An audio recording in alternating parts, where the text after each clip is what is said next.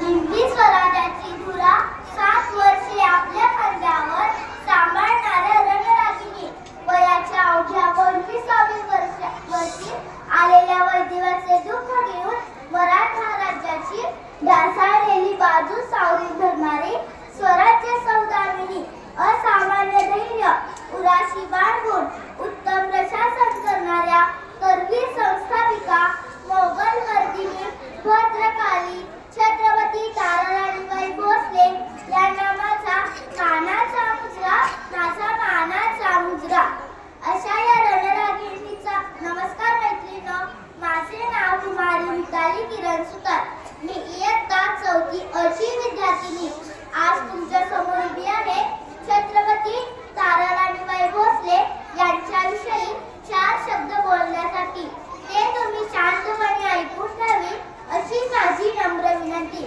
अशा या रणरागिणीचा जन्म हिंदवी स्वराज्याचे सरसेनापती हंबीरराव मोहिते यांच्या पोटी 14 एप्रिल 1675 रोजी झाला. ज्यांच्या तलवारीला पराभव माहित नाही अशा महाकवी माणसाचे रक्त तिच्या नसानसात वाहत होते.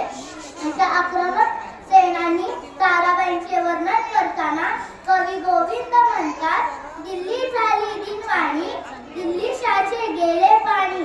दिल्ली झाली दिनवाणी, दिल्लीशाचे गेले पाणी. ताराराणी रामराणी भद्रकाली कोकली. ताराराणी रामराणी भद्रकाली कोकली. ताराबाईंच्या बघते दिल्लीपतीची तपते. ताराबाईंच्या बघते दिल्लीपतीची तपते. पुराणे ही खंडली रामराणी भद्रकाली. रामराणी भद्रकाली.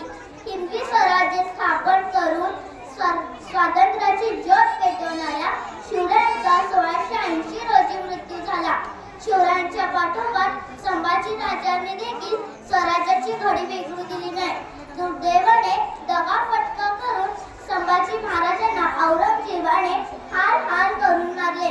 छत्रपती शिवाजी महाराजांची भोवानी तलवार घेऊन शौर्याची परंपरा पुढे नेण्याचे काम छत्रपती शिवाजी महाराजांची सून व छत्रपती राजाराम महाराजांची पत्नी ताराबाई यांनी केलं.